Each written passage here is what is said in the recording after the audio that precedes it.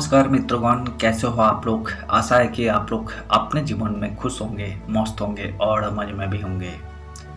जैसा कि आप लोग जानते हैं, हमारे चैनल पर हम बॉलीवुड से जुड़ी हुई बैकग्राउंड किस्से कहानियों को आपके सामने लाते रहते हैं। आज भी हमने और एक नए किस्से से आप लोगों को रूबरू करवाने वाले हैं। वैसे टाइटल और थंबनेल से आप लोगों ने मालूम कर लिए होंगे आज की वीडियो हमने किसके ऊपर बनाई है।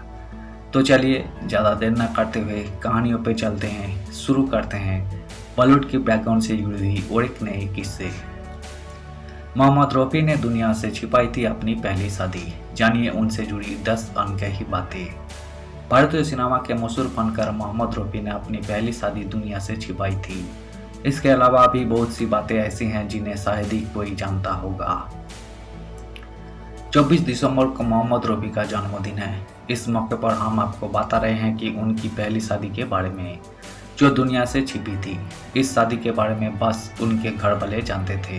यही बात शायद कभी किसी को पता भी नहीं चलती अगर रफ़ी की बेटी यास्मीन खालिद रफ़ी की किताब बाजार में ना लाती। यास्मीन की प्रकाशित किताब मोहम्मद रफ़ी मेरे अब्बा एक संस्करण में उनकी पहली शादी की बात का जिक्र किया गया है। 13 साल की उम्र में पहली शादी। 13 साल की उम्र में रफ़ी की पहली शादी उनके चाचा की बेटी बशीरोन बेगम से हुई थी, लेकिन कुछ साल बाद ही उनका तलाक हो गया था।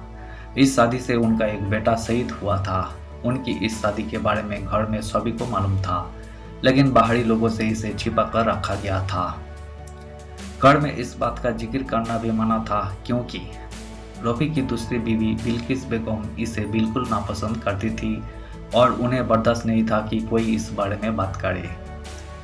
20 साल की उम्र में दूसरी शादी। 1944 में 20 साल की उम्र में रफ़ी की दूसरी शादी सिराजुद्दीन अहमद बड़ी और तालिमुन्निसा की बेटी बिल्किस के साथ हुई, जिनसे उनके 3 बेटे खालिद, हामिद और साहिब तथा 3 बेटियां परवीन अहमद, नसरीन अहमद और यास्मीन अहमद हुई।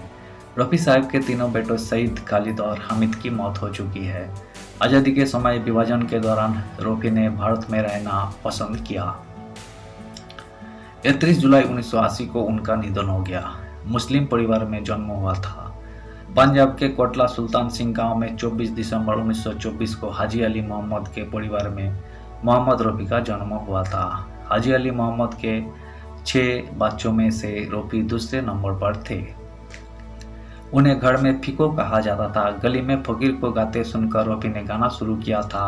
1935 में रफ़ी के पिता लाहौर चले गए और वहां भट्टी गेट के नूर मोहल्ला में हजामत बनाने का काम शुरू किया। 26,000 गाने गाए थे रफ़ी ने।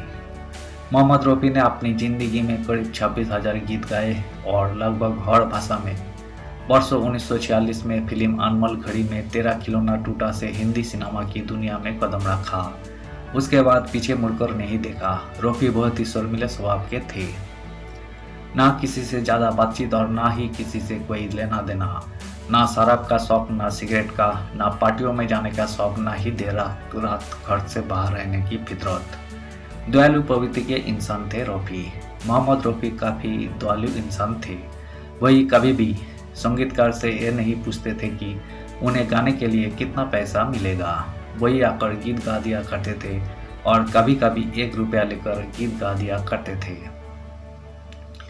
रफ़ी किसी फर्जी नाम से पड़ोस की एक विधवा को पैसे भेजा करते थे। कोई साल तक मनी ऑर्डर आया, पर जब मनी ऑर्डर आना बंद हुआ तो महिला पोस्ट ऑफिस गई। वहाँ पता चला कि मनी ऑर्डर भेजने वाले का निधन हो गया और उनका नाम मोहम्मद रफ़ी था। लता मंगेशकर से 6 साल बात नहीं की। रफ़ी साहब और लता मंगेशकर के बीच सालों तक बातचीत बंद रही। दोनों ने कोई साल साथ गाना नहीं गाया। वजह थी प्लेबैक सिंगर को रॉयल्टी मिलने की। लता मंगेशकर इसके हक में थी और चाहती थी कि रफ़ी उनका साथ दे, पर रफ़ी खिलाफ थे।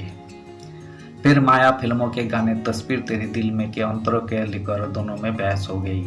लता ने घोषणा कर दी कि वो रफ़ी के साथ नहीं गाएंगे। बाद में संगीतकार जॉय किशन ने सुलह कराई। फिर SD बर्मन म्यूजिकल नाइट में उन्होंने एक साथ स्टेज पर गाया। पंडित नेहरू ने रजत पदक से सम्मानित किया था। 1948 में महात्मा गांधी की हत्या के बाद हुसनलाल भगतराम, राजेंद्र किशन और मोहम्मद रफ़ी ने रात ही रात में एक गाना तैयार किया।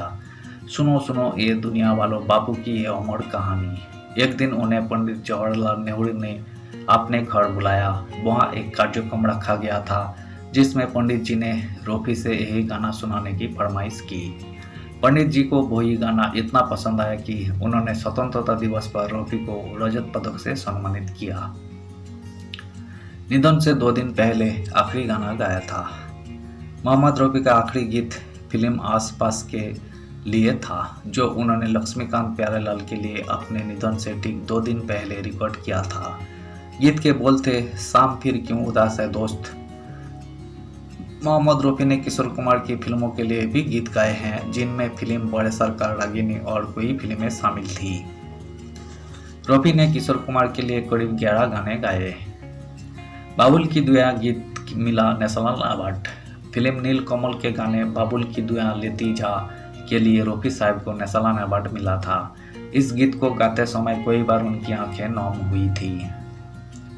वजह खास ये थी कि इस गीत को रिकॉर्ड करने से एक दिन पहले उनकी बेटी की सगाई हुई थी और कुछ दिन में शादी थी, इसलिए वो काफ़ी भावुक थे।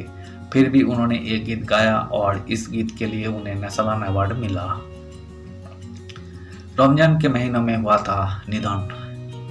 मोहम्मद रफ़ी का निधन रमजान के महीने में हुआ था, जिस दिन उनकी अंतिम विदाई थी। उस दिन मुंबई में जोरों की बारिश हो रही थी, फिर भी अंतिम यात्रा में कम से कम 10,000 लोग सड़कों पर थे।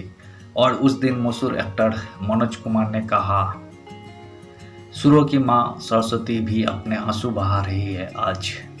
रफ़ी साहब को पतंग उड़ाने का शौक था। रिकॉर्डिंग करने के बाद वे पतंग उड़ाया करते थे। धन्यवाद साथियों।